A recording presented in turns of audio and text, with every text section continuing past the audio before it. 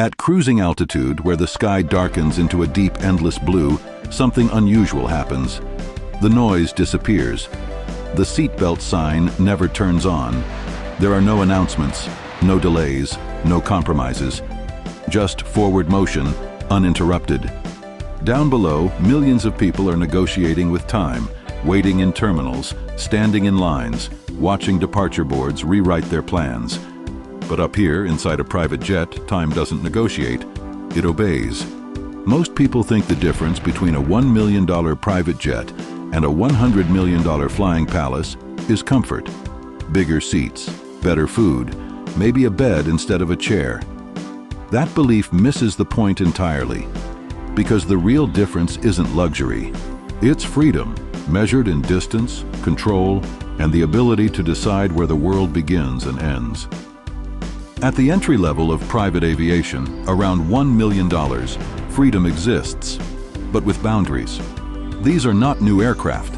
They're veterans of the sky, typically built in the late 1990s or early 2000s, Cessna Citation CJ-1s, Learjet 31s, Beechjet 400As, machines designed for efficiency, reliability, and short-range speed.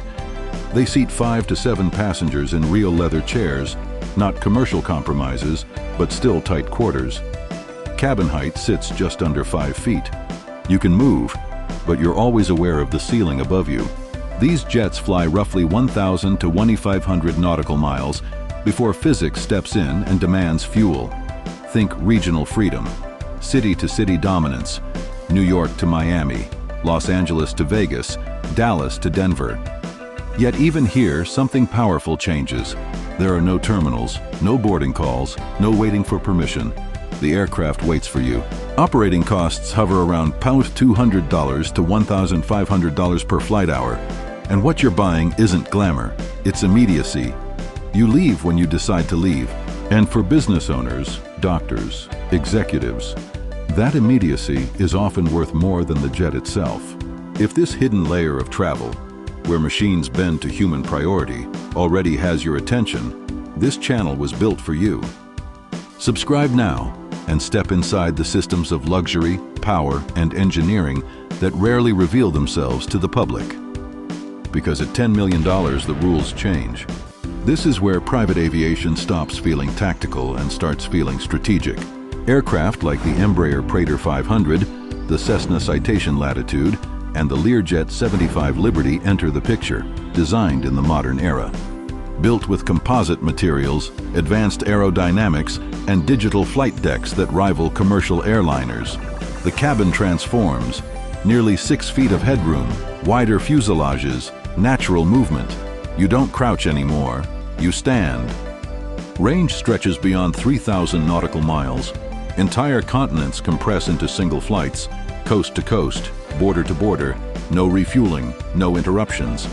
Cruise speeds push past 500 miles per hour, but the real upgrade isn't speed, it's smoothness, stability, predictability.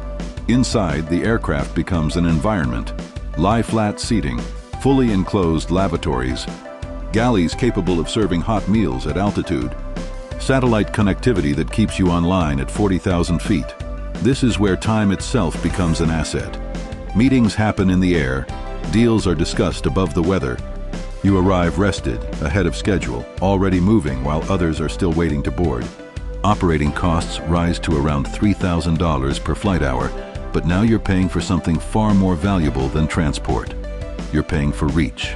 And yet, as dramatic as this leap feels, it still exists within limits. These jets extend freedom, but they don't erase geography, because beyond this tier lies something else entirely, an aircraft category where distance becomes optional, and the sky stops feeling like a ceiling. That's where the flying palaces begin. At this level, private aviation stops being an industry and starts resembling a quiet form of statecraft. The jump from $10 million to $100 million is not incremental, it's philosophical. Because aircraft in this class are no longer designed to simply carry people. They are designed to carry power. These are not jets pulled from a catalog. They are platforms, airframes built by the world's most advanced aerospace manufacturers, Gulfstream in Savannah, Bombardier in Montreal, Boeing and Airbus adapting commercial giants into airborne command centers. Names like the Gulfstream G700, the Global 7500, the Boeing business jet, the Airbus ACJ320 or ACJ350. And before a single piece of furniture is installed, these aircraft already exist on a different scale. Cabins stretch longer than most apartments. Ceiling heights rise above 7 feet. The internal volume rivals small yachts. But what matters isn't size alone, it's how that space is used. Because nothing inside is standard, owners work with the same design studios responsible for superyachts and royal residences. Firms like Winch Design or Greenpoint Technologies, every wall panel, every fixture, every light source is specified. Bedrooms with full-size beds, ensuite bathrooms with enclosed showers, living rooms with sofas that don't convert because they don't need to. Conference rooms with secure video links that function anywhere on Earth. Some interiors use stone, real marble, onyx, not veneers, not composites. Materials chosen not for weight savings, but for permanence. At 40,000 feet, the engineering behind this luxury is just as extreme. These aircraft are built to fly farther than most commercial airliners without stopping, 7,000, 8,000. In some cases, over 8,500 nautical miles. New York to Hong Kong, Los Angeles to Dubai, entire hemispheres crossed in a single arc. Cruise speeds approach 600 miles per hour. And unlike commercial flights, these jets don't follow rigid schedules or congested airways. They fly when conditions are optimal. They route around weather, turbulence, and delay. The aircraft doesn't wait for the system adjusts to the aircraft. And that's where the real cost of freedom reveals itself. Operating expenses climb sharply, $8,000 to $15,000 per flight hour, fuel consumption measured in hundreds of gallons per hour, multiple pilots with airline-level or military backgrounds, dedicated flight attendants trained not just in service, but in medical response and security protocols, maintenance programs that cost millions annually, hangar space reserved at the world's most strategic airports. Many owners keep full-time crews on salary, not contractors, not charters, their own aviation department, their own flying staff. Because at this level, reliability is non-negotiable. These aircraft are often equipped with secure communication systems unavailable to commercial fleets, encrypted satellite links, hardened avionics. Some even include medical suites, allowing long-haul travel without interruption. Others feature soundproof bedrooms, enabling rest while staff continues working up front. And perhaps most revealing of all, many of these jets are never publicly showcased. No tours, no marketing videos, no social media. They operate quietly, efficiently, invisibly. Because true luxury at this level isn't about being seen, it's about not being delayed. When you own a flying palace, borders soften, time compresses, distance loses its authority. You don't plan trips around geography.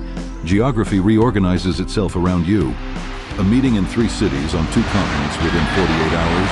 Possible. Not because you rushed, but because the world stopped resisting. This is why calling a $100 million private jet transportation misses the truth. Transportation reacts. It responds. It adapts. Power does not. Power decides when to leave, where to land, and how long the world is allowed to take. And if this hidden layer of freedom, where engineering, wealth, and control quietly intersect, fascinates you, subscribe to explore more of the unseen empires that exist above the clouds. Because in the skies, the ultimate luxury isn't comfort, it's command.